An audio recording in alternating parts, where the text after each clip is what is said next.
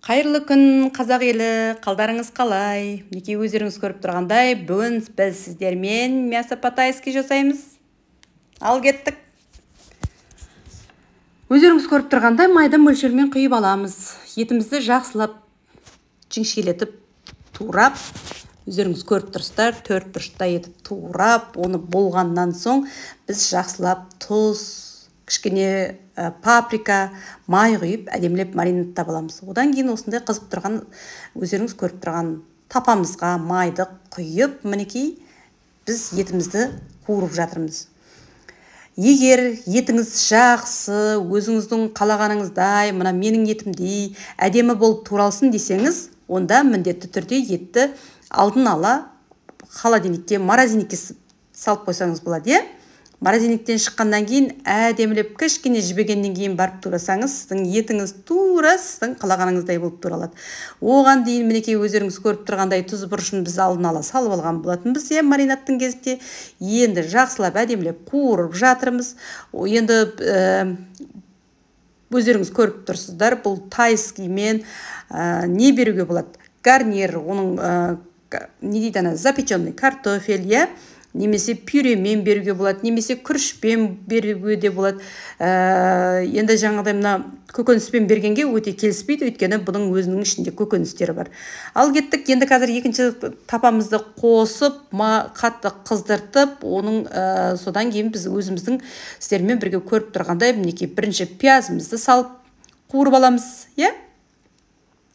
Одан кейін болгарский перец дейміз, оның болгар бұрышының біз түрлі түстісін алдық. Өйткені салатқа, тағамдарға, осындай көбінесе түрлі түстілерін алсаңыздар, әдемі болып, осындай түрі береді. Сіздің тағамыңызды одан әрі әрлендіре түседі.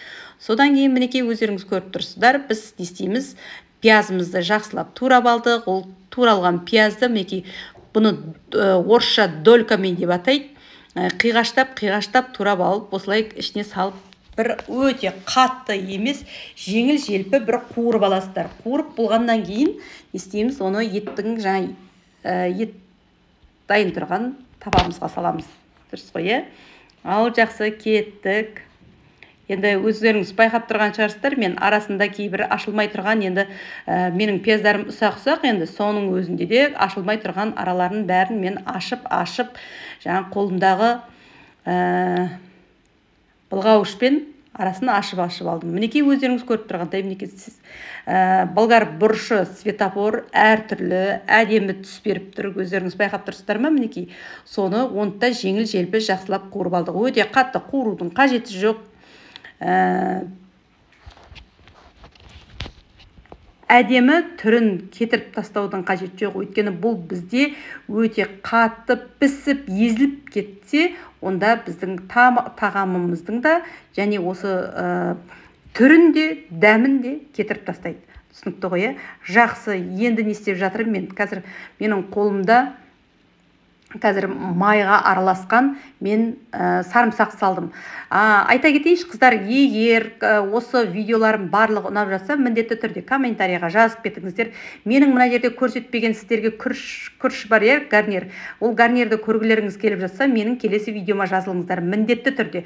Сол келесі видеомда мен сіздерге күріштің қалай әдемі рассыпчатый дейді ғой, орысша, сондай қылып қалай пісуін барлығын мен жолын көрсететін боламын. Жақсы, сосын чеснок туралы, сарымсақ туралы жаңа айтқан болатынмын. Сарымсақты егер қалай жасалу жолын білгіңіз келсе, міндетті түрде менің тағы да келесі видеомды қарап шығуыңызға болады. Жақсы, мен енді осы дайындап жатқан тағамның ішіне тұз салдым, соя құйдым. Жаңа өздеріңіз көріп тұрғандай чесногымнан салдым. Иісі аромат керемет болып тұр. Супер! Енді дәмді екеніне сөзім жоқ. Сіз дайындап көріңіз, сосын барып менімен келісетін боласыз. Қараңызшы, қандай әдемі. Сосын жаңағыдай өздеріңіз білесіздер, соя құйдым, егер соя құятыныңызды біліп тұрып, тұзды көп салудың қажет жоқ. Сояның өзі ол тұзды шығарып жібереді. Сондықтан міндетті түрде кішкене байқаңыз. Көп құйып жібермеңіздер. Жақсы, менің тағам дайын болды. Енді қазір мен күрішіме барайын. Күрішім дайын болып қалды. Күрішім дайын болса, әдемі формочкамен осылай жасап, кесеге салып аударып алдым. Бұл күріштің рецептін көрсеткен кезде мен сіздерге қалай осындай әдем болып түсетінін жайында айтатын болам. Ал жақсы, енді мен қазір өзімнің піскен тағамды алып келемін. Мінекей, алып келдім, осылай әдемілеп салып жатырмын. Иісі қандай керемет, міндетті түрде жасап көріңіздер. Мен сіздерден комментарий күтетін боламын. Қандай әдемі, мынандай әрлеу деген бірінің ойына келсе, бірінің ойына келмейді. Енді міне черриді мен күріштің үстіне салып жатырмын, гарнирдің үстіне. Егер черриді қаласаңыз, тағамның да үстіне салуыңыз қалады. Біреу екеуін черриден салып жерсеңіз өте әдемі. Сосын менің қолымда мынандай микрозеленмен әдемі горохтың зелені бұл. Осымен келіп мен өзіме ұнайтын